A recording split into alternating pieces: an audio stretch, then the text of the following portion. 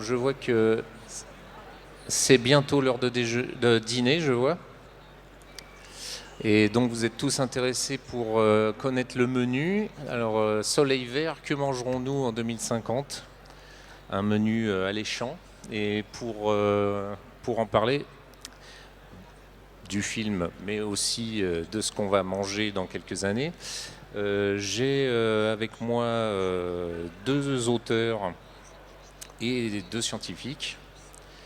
Comme ça, vous verrez à quel point on peut concilier les deux aspects dans nos conférences. Donc, à ma droite, Johan Elliott, auteur prolifique, il faut le dire, 70 romans, une centaine de nouvelles, on ne le dira jamais assez. Donc on se souvient, enfin moi en tout cas je me souviens très bien de La Lune seule le sait, qui m'a pas mal marqué. Dernièrement, on peut citer Le prisonnier de la nuit, Frankenstein 1918, voilà, La Talente. Un peu plus près de moi, à ma droite, donc Steven Erikson. Donc vous êtes Canadien d'origine, toujours Canadien? Oui, voilà. Voilà, prenez votre micro. Oui, donc Canadien, mais vous avez fait un petit tour en Angleterre, c'est ça? Vous avez vécu un peu en Angleterre? Yes. Ok. This is working? Is this Yeah, working? Now ça it's marche. working. Oui, vérifiez vos micros, on ne sait jamais. Ah, oui, pardon, tenez. Hop. Donc vous êtes anthropologue de formation. Vous êtes auteur de fantasy, notamment Le Livre des Martyrs.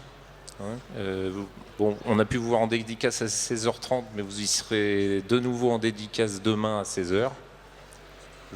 Oui, je vous jure. Croyez-moi, je l'ai vérifié. Et donc, vos sources d'inspiration, si j'ai bien lu, c'est plus l'Iliade et l'Odyssée que les livres d'Harry et Harrison. N'est-ce pas? No, not Harry Harrison, but I'm a huge fan of Harry Harrison, so yes. Make room, yes. Ah oui, make room, make room. On va continuer rapidement les présentations. Donc, Valérie Micard, nutritionniste à Montpellier Supagro. Alors vous m'avez expliqué les cheminements financiers de tout ça et que vous travaillez aussi pour l'INRA donc.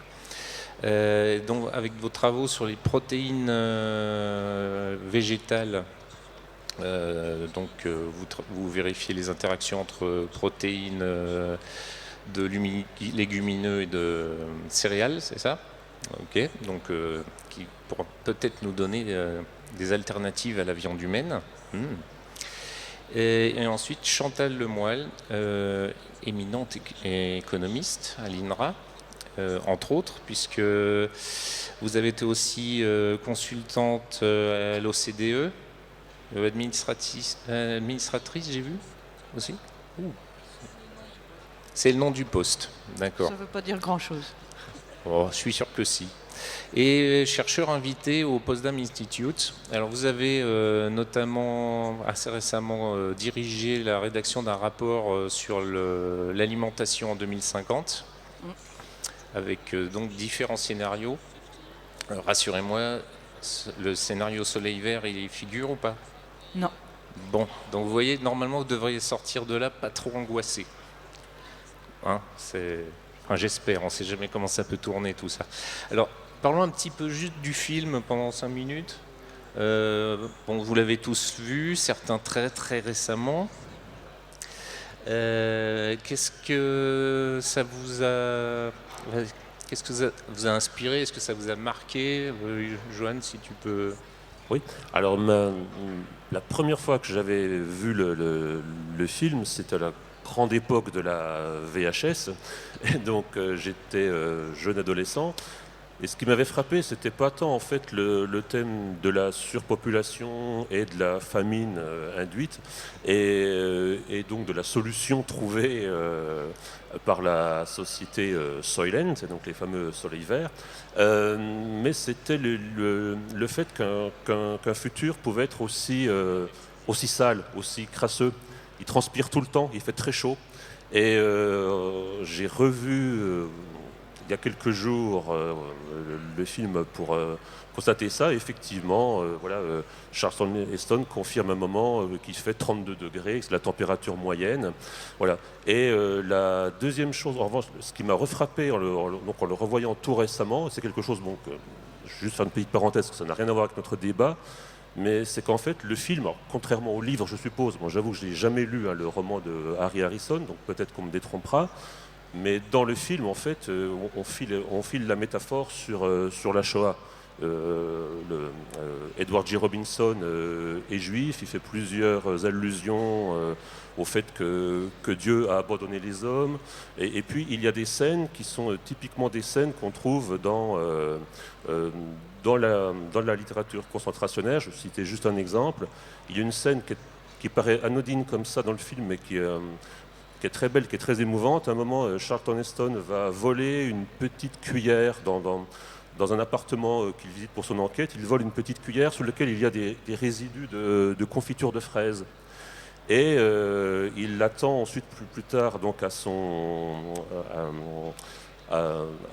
Edward Robinson, qui est donc Son colocataire. Son colocataire et je ne trouve plus mes mots, je suis très fatigué. Il enquête avec lui. Et il porte cette cuillère à sa bouche, et puis c'est l'extase parce qu'il retrouve le goût disparu de la confiture de fraises. Et alors, c'est une scène qu'on trouve dans beaucoup de témoignages de déportés qui essayaient autant que possible de voler des couverts, etc., quand il y avait des résidus de nourriture, pour les porter en toute discrétion à leur bouche, pour que leur mémoire retrouve le goût de cette nourriture. Voilà. Et ça m'a marqué juste, mais récemment. C'est quelque chose qui m'avait complètement échappé, voilà, bon, qui est un petit peu en dehors de notre débat, mais bon. Ouais. Et Steven, qu'est-ce que le film vous a... Est-ce que le film vous a impacté quand vous l'avez vu? Est-ce que ça vous a inspiré par la suite ou vous y repensez encore? J'avoue que moi, ça m'a un peu traumatisé, donc j'espère que tout le monde n'a pas eu le même vécu. Mais... I will be dating myself. I think I actually saw it in the cinema. So I could not have been very old. I don't have great memories of it. It's clearly now, when just hearing the descriptions of it, it's quite prescient, isn't it? It seems to have focused on the growing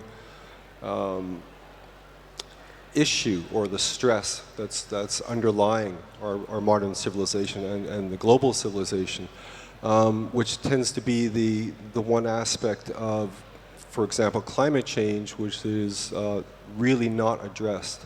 We talk about trying to sequester carbon, and we're trying to prevent methane from being released in the tundra and taiga and all the rest, but we don't actually address the issues of overpopulation, and that is probably the primary driving force for climate change at the moment. So, yeah, I don't remember much of it. I mean, it's Soylent Green is now it's just universally recognized as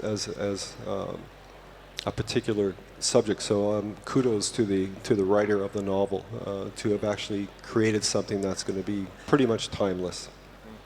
Oui, c'est vrai que je ne sais pas ce que vous en pensez en tant qu'auteur, mais moi je trouve que le thème devient de plus en plus d'actualité. Donc le film, je ne trouve pas qu'il vieillisse. Et le livre, pour l'avoir relu, est moins axé sur la nourriture. C'est plus axé sur la surpopulation et la pollution. Et ça s'appelle Make Room en anglais, si vous voulez chercher. Et également une nouvelle de 1974 qui était tirée du film par contre et qu'on retrouve dans la grande anthologie de la science-fiction pour les Français. Et donc par contre, plus je la relis, plus je retrouve des choses qui me parlent, quoi. Ah oui, non, mais ça complètement. Sur les thèmes de la surpopulation et de la pollution, ça commence, on vous explique que New York rassemble 35 millions d'individus entassés. Ben, aujourd'hui, vous avez un peu partout dans le monde des mégalopoles qui atteignent peu ou prou voilà, une telle densité de population. Voilà.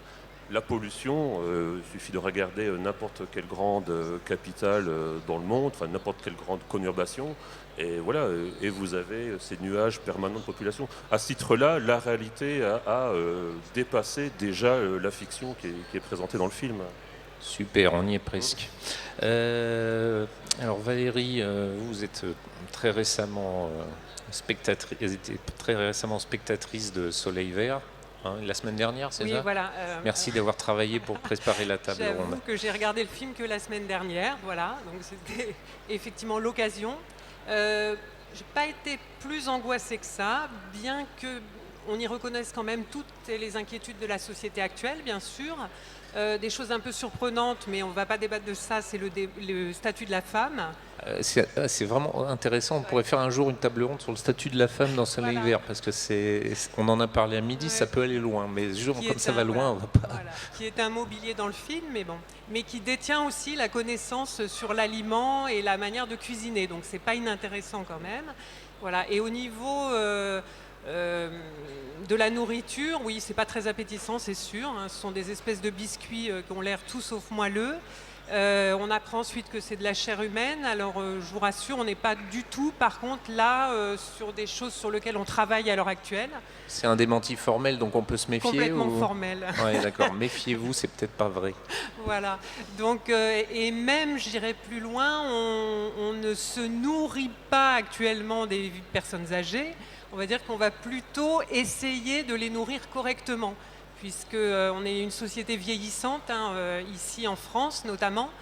Et donc comme je dis à mes étudiants, on vivra dans un monde de vieux plus tard, jusqu'à ce que je réalise que c'était moi en fait la vieille, en 2050. Donc ils vivront dans un monde de vieux, et effectivement les vieux ont des besoins particuliers en termes de les personnes âgées de nutrition, et on est plutôt donc là pour essayer de les nourrir correctement plutôt que de les manger. Et donc Chantal, ça date, c'est plus récent.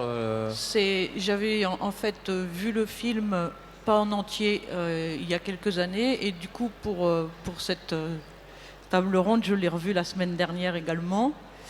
Ça me fait exactement la même impression que ce que disait Valérie tout à l'heure.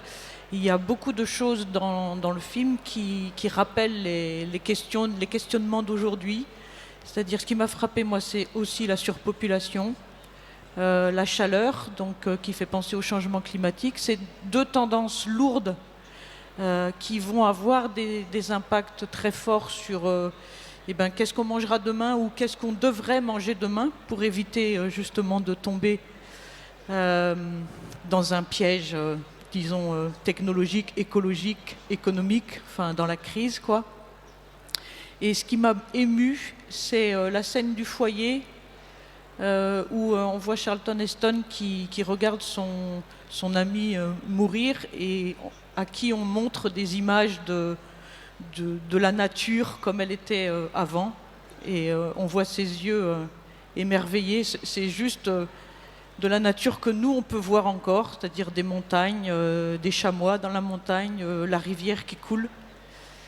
Et la dernière chose en fait qui m'a frappée, c'est le nom de la société qui fabrique les biscuits, qui s'appelle Soylent.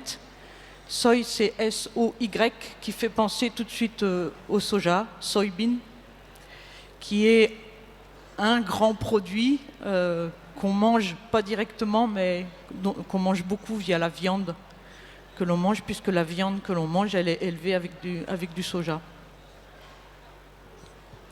Et alors, par contre, Soleil Vert, je ne sais pas si c'est un précurseur du thème.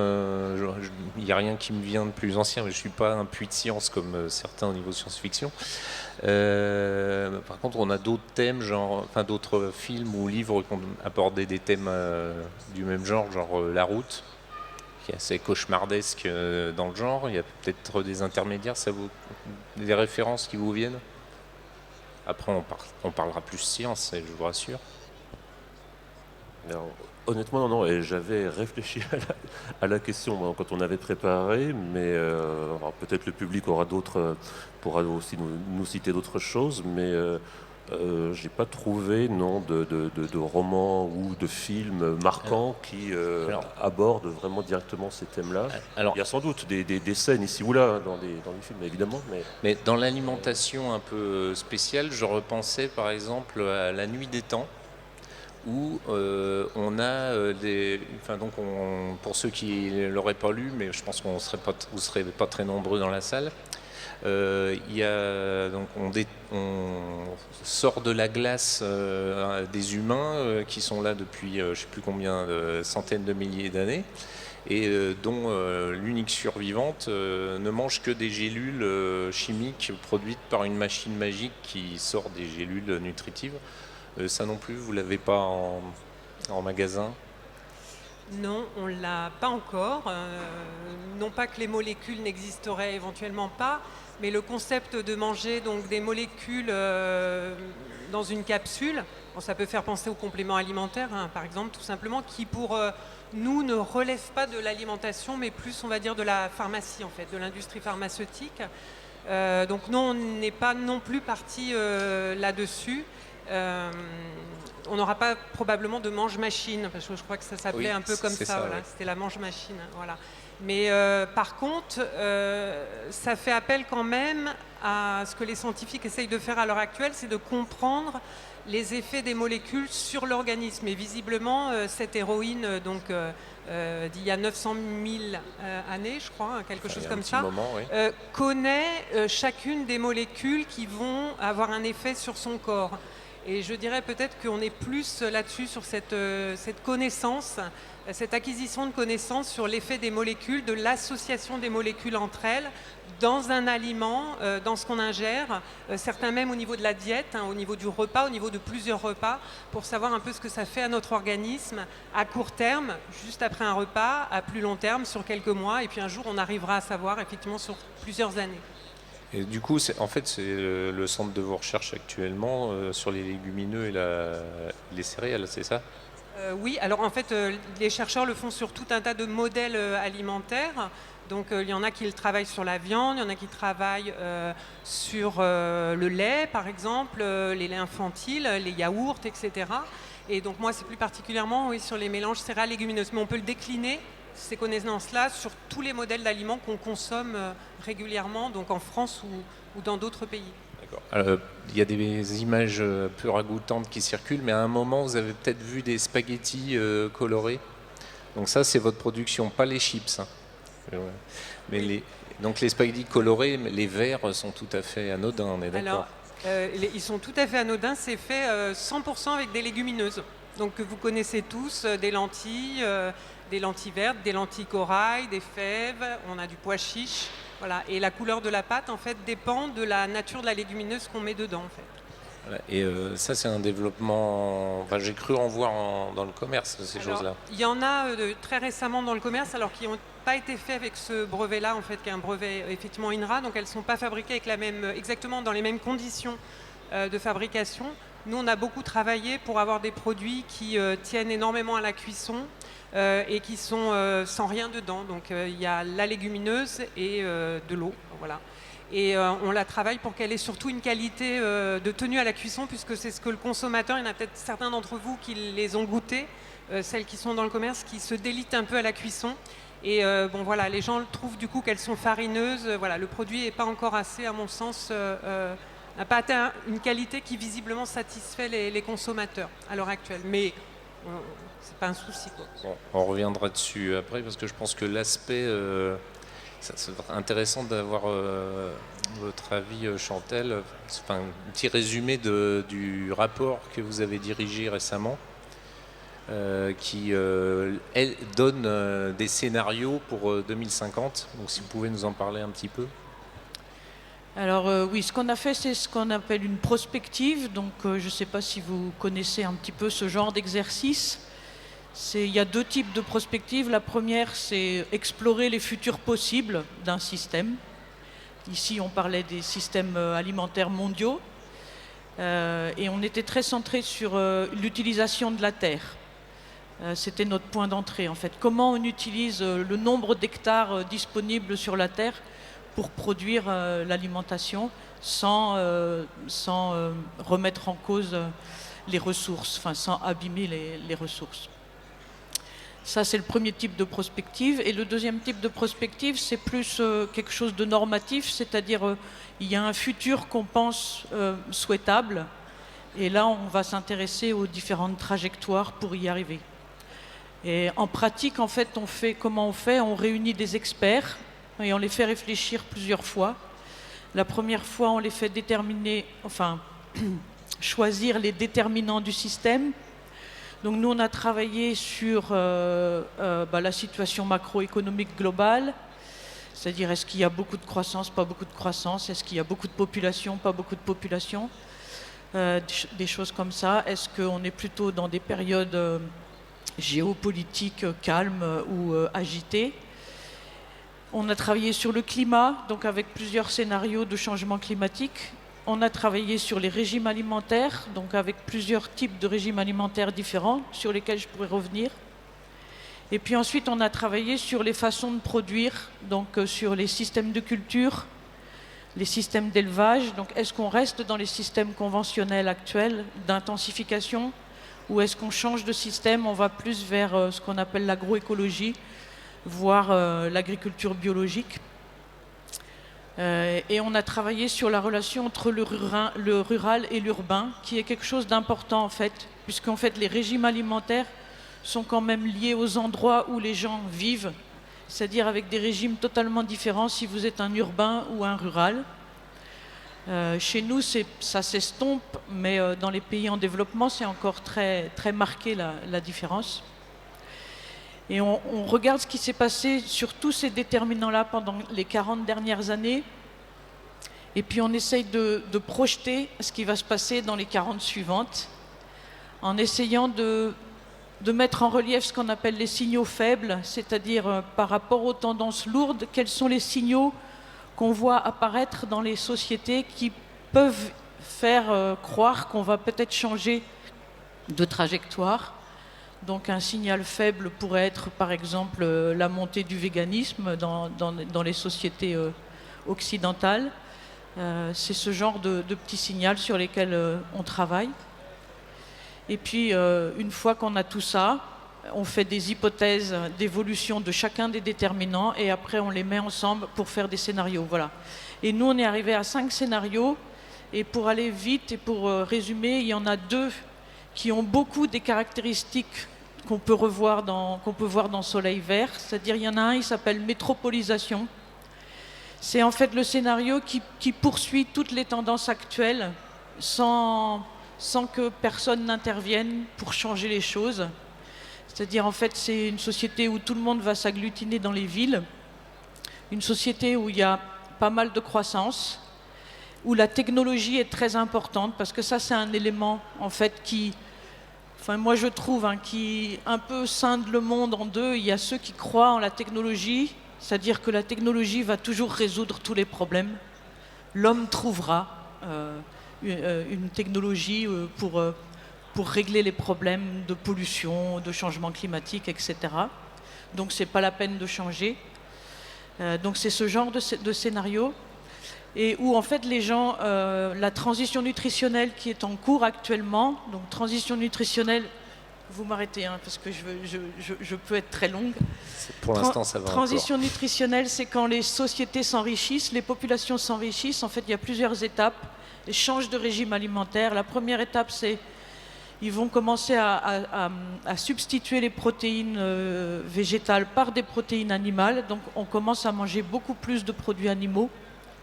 Et puis ensuite, on va en ville et donc on s'éloigne du produit et on va manger en fait de plus en plus de produits transformés, voire ultra transformés. Et en fait, ces produits-là sont très riches en huile et en sucre. Et donc en fait, on arrive à des régimes très forts en kilocalories par habitant et par jour. Donc il faut produire beaucoup de kilocalories. Et très riches en fait en produits animaux, donc en viande mais aussi en lait, en poisson également, en huile et en sucre. Voilà. Et les céréales qui étaient la base du régime au départ, ont tendance petit à petit à disparaître. Alors donc du coup, dans votre scénario, ça pourrait s'appeler tous en surpoids, quoi, si je comprends bien. Voilà. Et donc c'est un scénario où les gens mangent trop et deviennent en surpoids ou obèses et où il y a des maladies liées à l'alimentation qui se développent. Et c'est en fait en gros la tendance actuelle. Si on ne fait rien, si on ne change pas, on va vers ça. Et en fait ça demande beaucoup de terre pour produire assez pour tout le monde. Et donc, en fait, on dégrade la terre et en plus, il y a un changement climatique fort, donc les rendements n'augmentent plus. Et donc, si les rendements n'augmentent plus, en fait, on a besoin de plus en plus de terre, donc on déforeste, etc. Donc ça, c'est un scénario qui est un peu repoussoir, mais qui est quand même la poursuite des tendances actuelles, sachant que la transition nutritionnelle qui a pris disons, un siècle et demi chez nous, elle se fait en 30-40 ans dans les pays émergents, donc en Chine, au Brésil, et ça commence en fait en Afrique, dans les pays qui se développent un peu. Alors je vous interromps juste un tout petit peu, on fera un autre scénario, mais là je pense que j'aimerais me tourner vers vous. Là on vient de nous dire en gros que si on fait rien, on va bien en direction de Soleil Vert, sauf que dans le film ils seront tous obèses.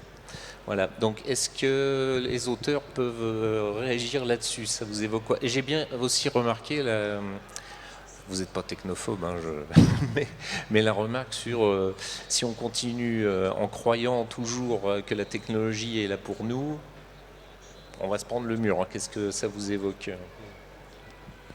Okay, there is a 2-volume argument by an author named Derek Jensen. I don't know if you know this author. It's an American author, and the volumes are called Endgame. And basically, in this argument, he sets forth a number of observations regarding civilization itself in order to basically lead to the conclusion that intrinsically civilization is pathologically insane and it cannot continue. It's a very interesting exploration, but then what he proceeds from there is, and I got into a long online argument with him on this one, because basically his solution is to basically dismantle civilization as we recognize it, and to somehow create a transition to a much lower population globally, and indeed a return to almost a hunter-gatherer level of subsistence. And my argument with him as an archaeologist, as an anthropologist, has been, well, the only way to achieve that in terms of saving the earth, which is what he's talking about, is a catastrophic population collapse. Because any other option is unworkable. And as far as I can see it through, when we run out of food, we will eat everything else on the planet. And when we run out of everything else, we will eat each other. And so his solutions are where everything falls apart. But his initial analysis of civilization seems to be pretty much dead on. So if you ever want to sort of really depress yourselves, go and check out his, I think it's a 20-point list on the characteristics of civilization. And it is a very, very depressing thing. But at the same time, I don't see a solution to this. And every time, even with the agricultural revolution, you know, the idea was, well, we'll be able to feed everyone.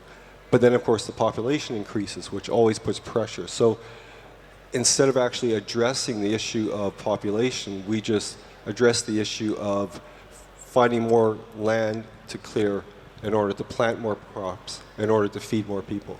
And that strikes me as a kind of almost a recursive kind of thinking, because we are in a finite place and we cannot have infinite expansion.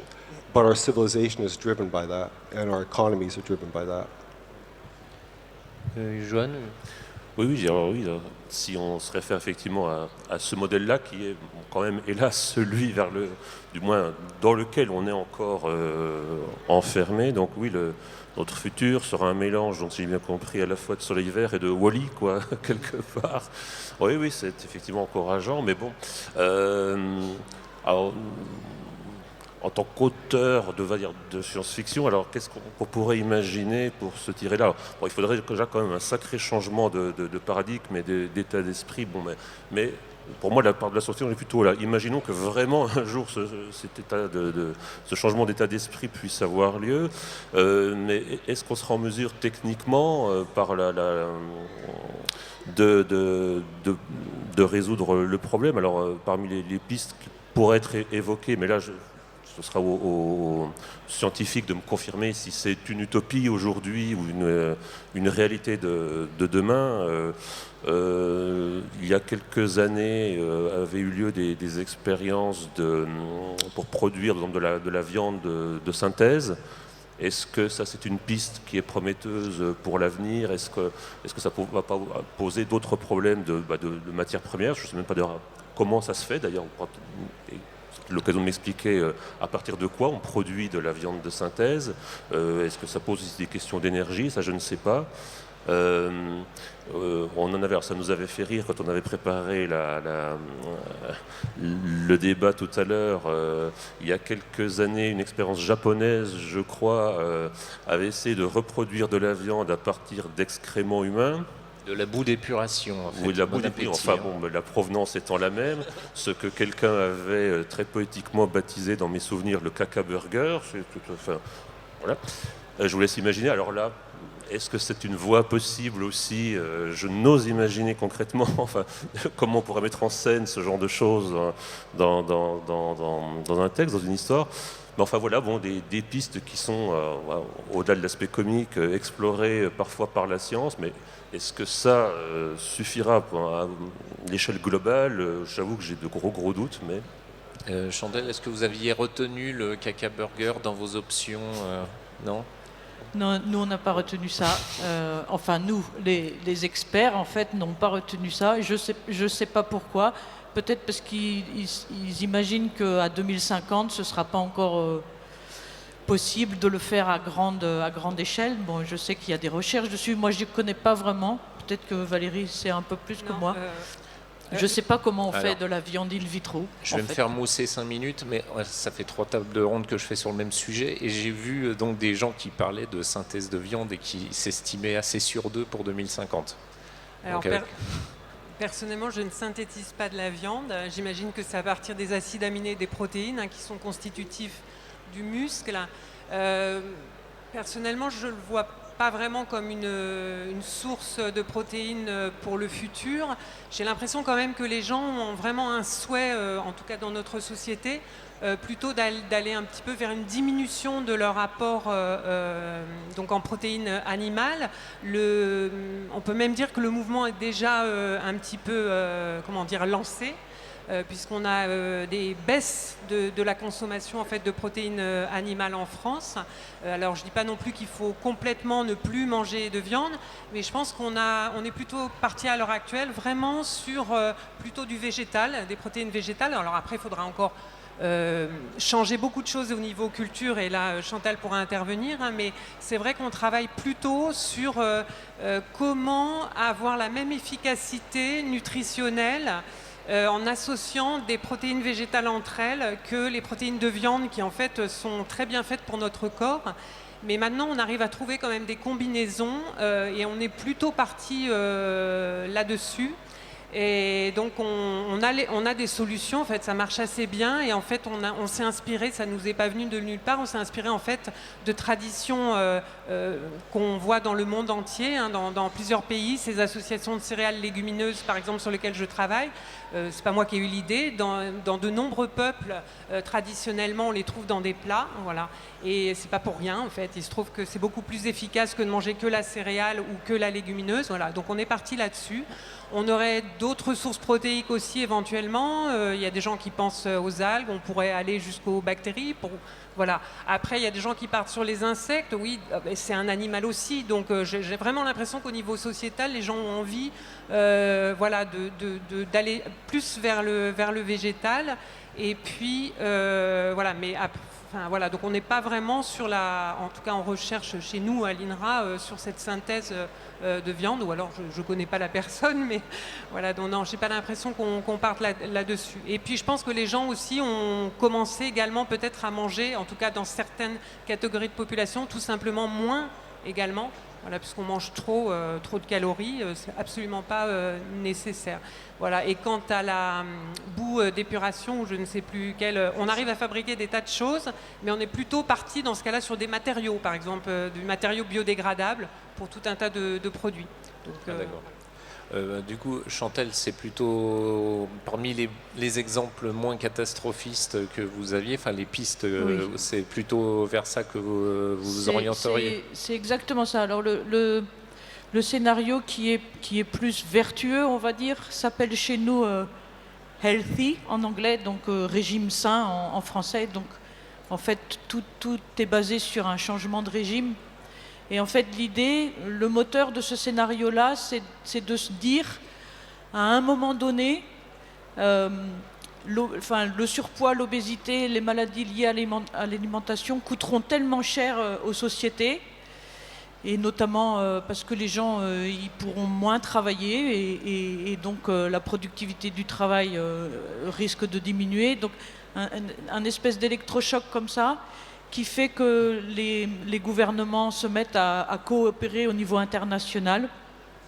Et en même temps que la lutte contre le changement climatique, il va y avoir la lutte contre la mauvaise alimentation, et donc des politiques, mais très fortes, mises en œuvre pour diriger les consommateurs vers un régime différent. Et ce régime, en fait, il est tout simple.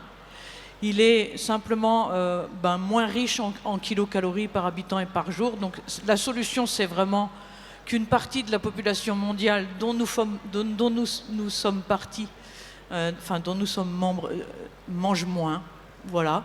Et c'est pas catastrophique, la diminution qu'on envisage. Aujourd'hui, on est en moyenne mondiale à un peu plus de 3000 kilocalories par habitant et par jour. Et en fait, il suffit qu'on descende à 2700 et on retrouve finalement la possibilité de produire toute l'alimentation suffisante pour tout le monde. Mais il faut quand même changer aussi la composition du régime.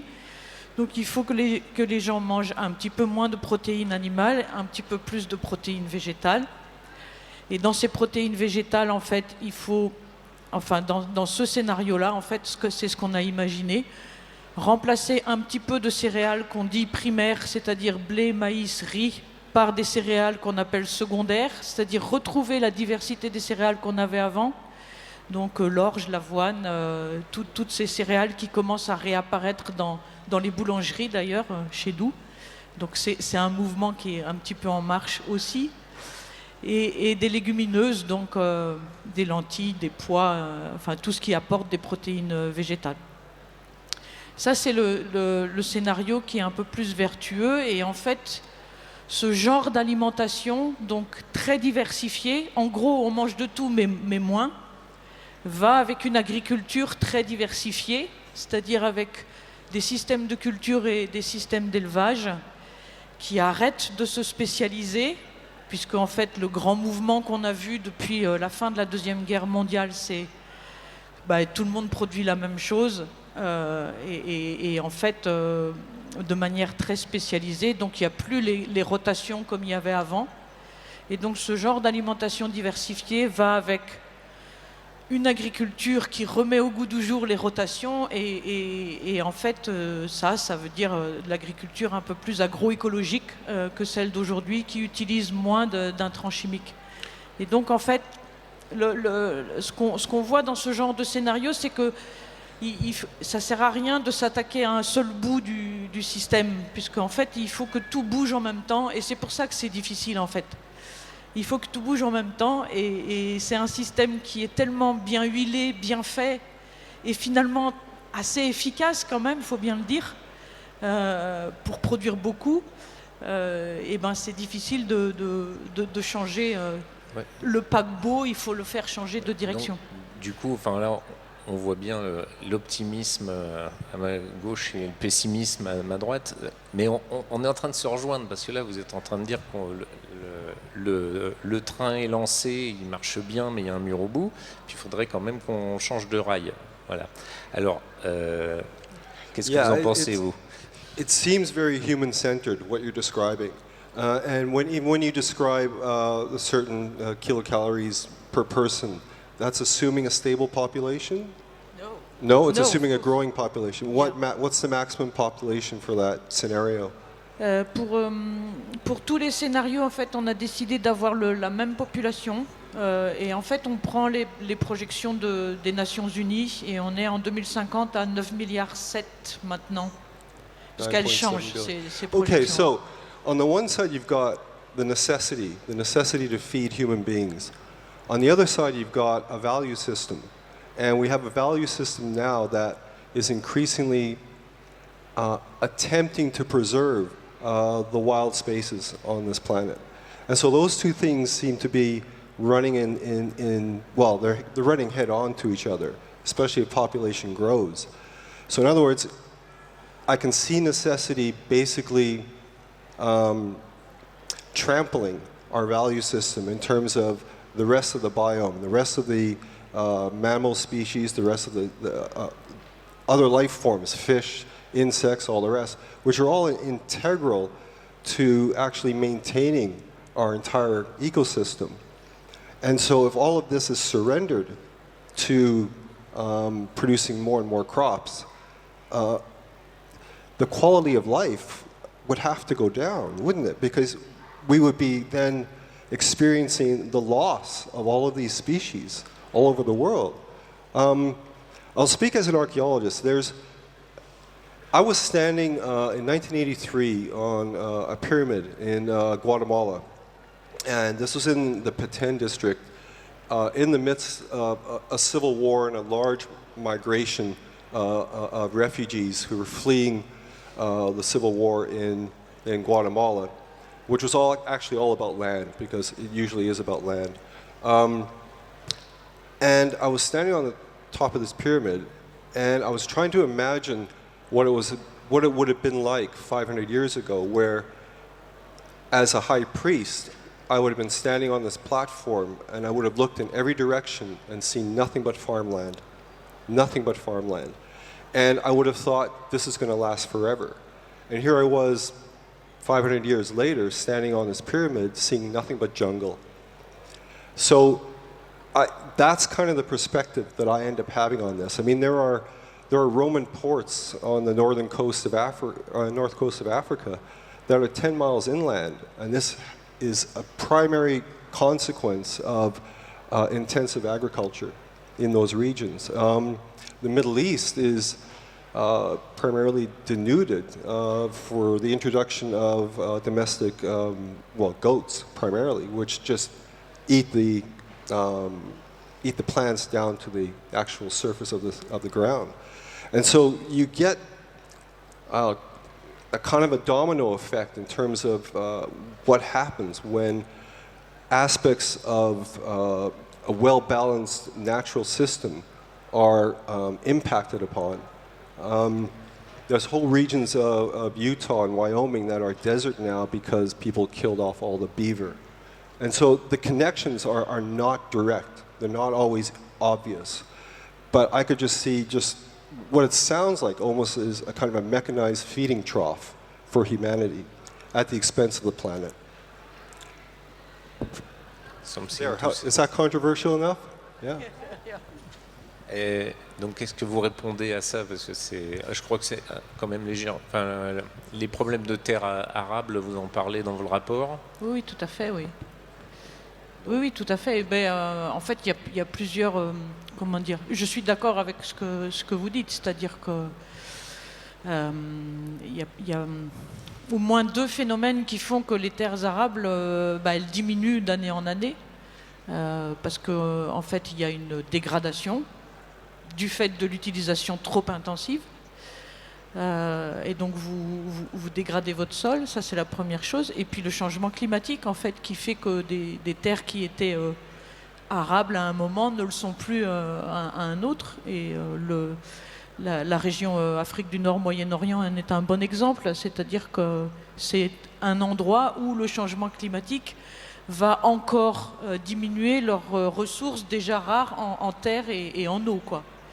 Et oui, en fait, en ce moment, on dégrade les ressources. Si on partage mieux ces ressources, je vais dire, moi je pense que c'est possible, en fait. Le seul problème, c'est qu'on a des inégalités énormes dans notre monde, avec des gens qui ont trop et d'autres qui n'ont pas assez. Et en fait, le scénario que je vous décris, c'est un scénario en fait qui va réduire les inégalités, en fait, où on va mieux partager ce qu'on a. Moi, j'ose imaginer que c'est possible. C'est un changement de valeur, effectivement, mais je pense qu'il y a quand même des signaux faibles dans la société qui montrent qu'on serait peut-être capable de faire ça quand même. Alors Johan, tu as peut-être une solution? Alors, non, justement, non, mais je veux dire, soyons clairs, j'appelle à cette solution de tous mes voeux, là n'est pas la question, mais voilà, l'auteur de science-fiction, forcément pessimiste, regarde la réalité d'aujourd'hui, et le mot, d'ailleurs vous l'avez prononcé, vous avez prononcé plusieurs fois le mot politique, c'est que cette solution vertueuse, elle implique une sorte de consensus politique pour que tout le monde... Bon, moi je regarde les résultats des dernières élections un petit peu partout, et encore cette semaine, je disais que par exemple le nouveau président brésilien, enfin le facho, va redémarrer apparemment un vaste programme de déforestation de l'Amazonie pour l'élevage. Voilà, donc bon, bref, les signaux qui sont envoyés aujourd'hui me semblent aller, hélas, dans le sens contraire de cette solution vertueuse. Bon, c'est vrai que ça devient de plus en plus Désolé optimiste. mais... Moi qui essaie d'orienter pour que tout le monde ait le moral en partant, c'est mal parti. Bon. Après, c'est vrai qu'on peut s'y mettre tous sur pas mal d'angles d'attaque. Il y a par exemple aussi des gens actuellement qui font énormément de recherches sur le gaspillage alimentaire en France, mais partout dans le monde. On gaspille énormément. Donc là, il y a un vrai travail, le gaspillage dans l'industrie, mais également dans les foyers. Donc là, il y a des vraies équipes de recherche là-dessus. Également, on parlait tout à l'heure de la technologie qui effectivement est utilisée pour transformer nos aliments dans les usines, mais aussi chez nous. On a aussi des techniques pour transformer la matière première en aliments. On travaille énormément à l'heure actuelle pour des procédés faiblement processés, mais pas seulement faiblement processés, à faible intrant, c'est-à-dire à utiliser peu d'eau, peu d'énergie. Alors en fait, ça a l'air simple, mais c'est extrêmement compliqué. Mais c'est vraiment là-dessus qu'on bûche, qu'on travaille pour être avec des procédés plus efficients et moins coûteux en fait pour la planète. Donc là, on a un vrai effort là-dessus. On a déjà commencé, on y travaille. Et aussi à réduire effectivement, parce que le consommateur le demande et je pense que c'est bien, tout ce qui est matière première un peu inutile, on pourrait parler de tous les additifs, etc.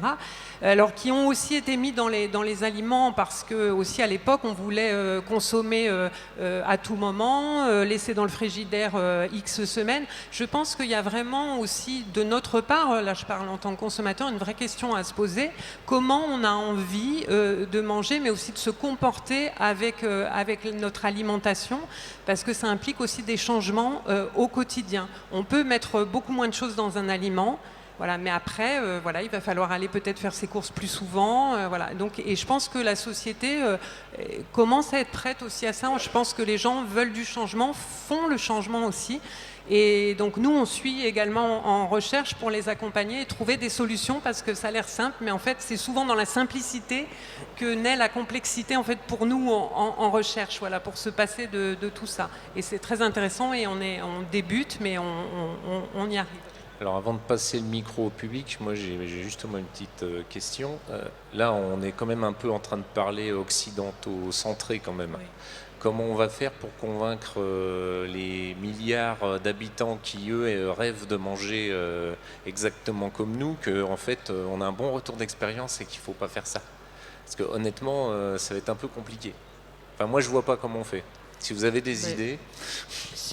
Ça va être d'autant plus compliqué que, disons que notre agriculture et notre façon de distribuer les aliments est en train de s'implanter partout dans ces pays-là, quoi. Donc, en fait, on est en train d'implanter notre modèle dans les pays en développement, et ça va relativement vite, en fait.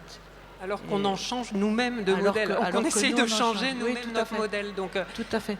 Et il y a des échanges entre les instituts de recherche internationaux pour justement influer sur les pratiques. Oui, enfin, toi, je sais pas Chantal, mais enfin, nous, on travaille de plus en plus avec l'Afrique. Moi, je travaille depuis longtemps avec l'Inde.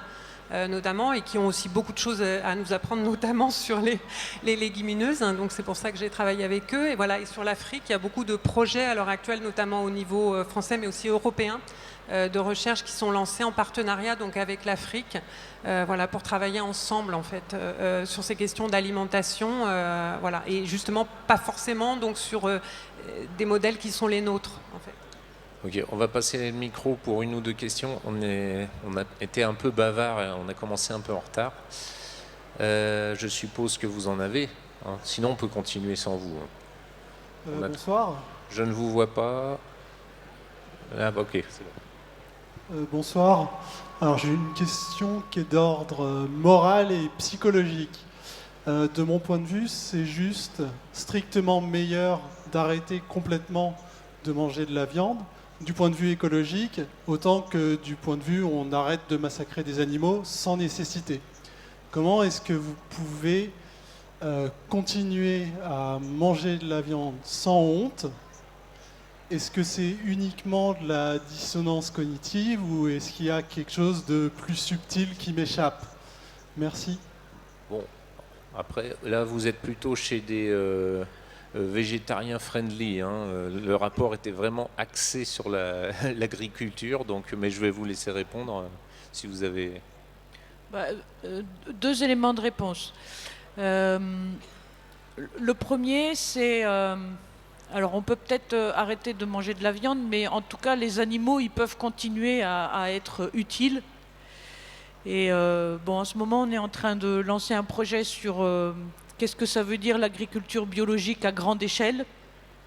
Et est-ce que les performances actuelles, qu'on connaît de l'agriculture biologique, qui correspondent à des petites échelles, sont maintenues si on la passe à grande échelle? Et il y a une question qui se pose en particulier, c'est si on n'a plus d'engrais chimiques, il faudra utiliser d'autres types d'engrais.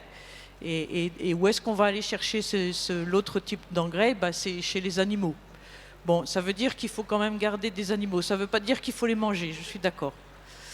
Le deuxième élément de réponse, moi je ne suis pas nutritionniste, mais j'ai une nutritionniste à ma droite. Ce que j'ai entendu dire, c'est quand même que pour certaines catégories de population, les protéines animales pouvaient être importantes pour la santé, en tout cas. Bon, ça se discute, et je ne suis pas spécialiste, donc je vous laisserai discuter. Qu'en pense la nutritionniste? Well, I can address just part of that. There's also the cultural side of things. It's as if you're advocating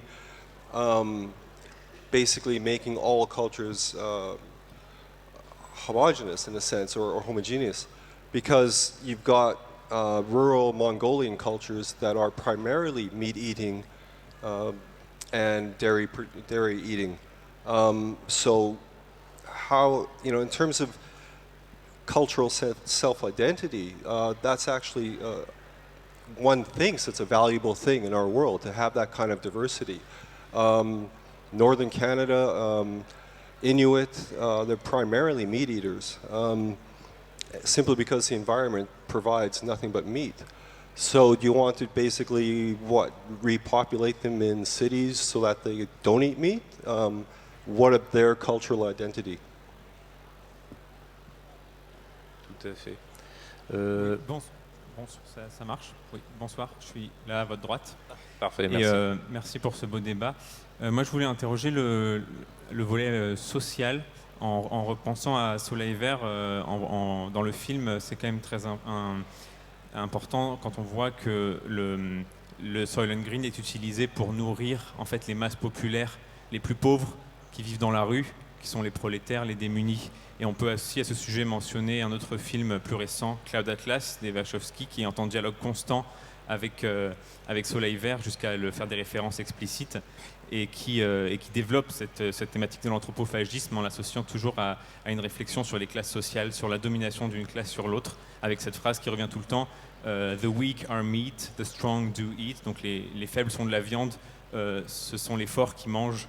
Et donc comment la science-fiction parle souvent apparemment de nourriture en tant qu'aussi métaphore de l'oppression sociale, mais comment dans les scénarios est-ce que cette question des classes sociales est prise en compte pour l'alimentation future? Alors, oui, elle est. Alors, je ne suis pas sociologue de l'alimentation, mais il y a des sociologues actuellement de l'alimentation qui la prennent complètement en compte, notamment à l'INRA, et notamment pour des. Enfin, quels sont les leviers d'action justement sur certaines populations en fonction de la manière dont elles aiment consommer, elles consomment, ce qu'elles connaissent également, par exemple en nutrition. Et donc, pour avoir un message efficace sur ces populations quand on leur donne par exemple des conseils nutritionnels. Donc les gens ne sont pas tous à égalité donc, pour recevoir l'information nutritionnelle et il est important de savoir si quand on la délivre, la population qu'on vise est celle qu'on va toucher. Sinon on rate notre cible et c'est raté, quoi. C'est nul. Donc il y a des sociologues qui vraiment travaillent sur ces populations-là parce que souvent aussi c'est des populations donc où on a des problèmes d'obésité, voilà, c'est souvent lié à la catégorie socio-professionnelle ou aux revenus en fait.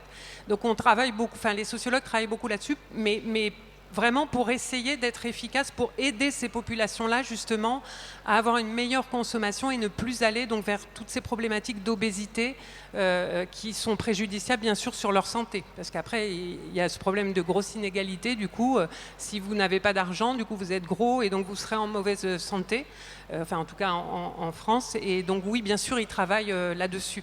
Voilà. Non pas qu'on leur fabrique des aliments différents, mais c'est plutôt dans la manière de communiquer, la manière aussi peut-être comment ces populations font leurs courses, voilà, pour qu'ils trouvent une bonne alimentation au bon endroit, sans changer leurs habitudes s'ils ne le souhaitent pas. Enfin, je résume. C'est un gros résumé de ce qu'ils font. C'est plus complexe que ça, je pense. Non, c'est un bon résumé. Dans les scénarios dont je vous ai présenté deux, en fait. C'est pas des scénarios vraiment économiques, quoi, mais en fait on prend en compte l'inégalité. En fait on regarde si c'est un scénario qui réduit les inégalités ou qui accroît les inégalités. Et le premier que je vous ai présenté, qui est donc la continuation des tendances actuelles, en fait c'est un scénario inégalitaire. Les gens qui vont dans la métropole, enfin les urbains ont tendance à être plus riches que les ruraux, et donc là il y a cette inégalité là, et en fait on est dans un système où les gagnants sont toujours plus gagnants et avec des zones de marginalisation très fortes dans les endroits ruraux, enfin dans les campagnes. Le deuxième scénario, qui est donc le plus vertueux, lui, en fait, il imagine des politiques alimentaires, agricoles, environnementales, qui a tendance plutôt à faire de la redistribution et donc à éviter les trop fortes inégalités. C'est un petit peu comme ça qu'on a traité le sujet, mais en fait, c'était pas vraiment notre sujet, donc c'est pas le cœur de l'analyse. Mais moi, je suis persuadée, en fait, en tant que chercheuse et citoyenne aussi, qu'une société trop inégalitaire, comme dans Soleil Vert, enfin, quand l'inégalité devient trop forte, la société, elle vole en éclats de toute façon. Donc, je pense qu'il y aura quand même des ressorts ou des leviers qui feront qu'à un niveau d'inégalité, il y aura une réaction. Enfin, c'est toujours un peu mon optimisme, mais voilà. Il faut être optimiste pour être scientifique, hein, de toute façon. On est arrivé au bout du temps, je suis désolé. Par contre, est-ce que vous pourriez citer où on peut trouver votre rapport, parce qu'il est téléchargeable gratuitement? Oui, alors il est téléchargeable sur le site des éditions Quae, qui sont l'éditeur du livre. Donc Voilà. vous allez sur le site des éditions Quae et vous pouvez télécharger gratuitement le livre. QUAE, c'est ça? UAE. Voilà, QUAE.com. Voilà exactement le rapport juste à l'instant à l'écran.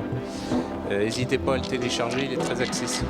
Merci à tous d'être venus en tout cas et bon appétit quand même.